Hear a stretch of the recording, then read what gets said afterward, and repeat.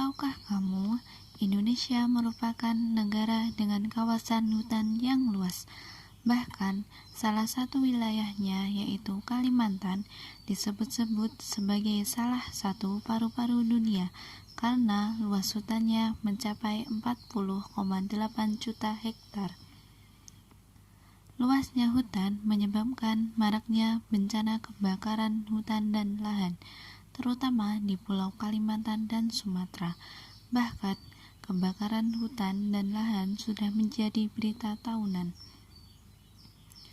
Menurut BNPB, kebakaran hutan dan lahan merupakan suatu keadaan di mana hutan dan lahan dilanda api, sehingga mengakibatkan kerusakan hutan dan lahan yang menimbulkan kerugian ekonomis dan nilai lingkungan. Kebakaran hutan dan lahan seringkali menyebabkan bencana asap yang dapat mengganggu aktivitas dan kesehatan masyarakat. Adapun faktor penyebab kebakaran hutan dan lahan antara lain, yang pertama, faktor manusia. Aktivitas manusia yang menggunakan api di kawasan hutan dan lahan, seperti membakar hutan untuk membuka lahan pertanian. Yang kedua, faktor alam. Adapun faktor alam yang dapat memicu kebakaran hutan dan lahan yaitu sambaran petir yang menimbulkan percikan api di hutan dan lahan, erupsi Gunung Merapi di mana lahar panas melewati hutan, dan iklim. Musim kemarau menyebabkan daun dan pohon kering, ditambah suhu tinggi sehingga dapat memicu kebakaran. Akibat terjadinya kebakaran hutan dan lahan yaitu 1.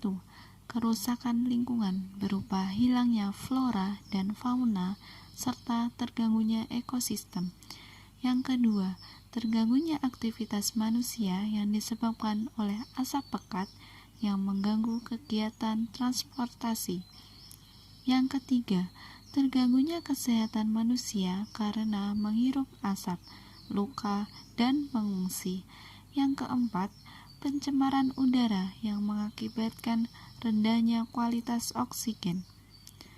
Mitigasi bencana kebakaran hutan dan lahan. Sebelum bencana, 1. Pastikan semua peralatan pencegahan kebakaran hutan dan lahan telah tersedia dan siap digunakan.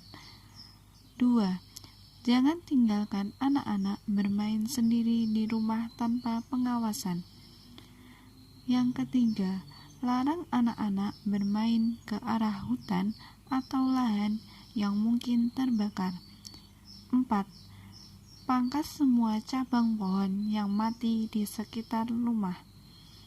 Kelima, lapor ke petugas kehutanan bila terlihat ada hutan dan lahan yang mulai terbakar.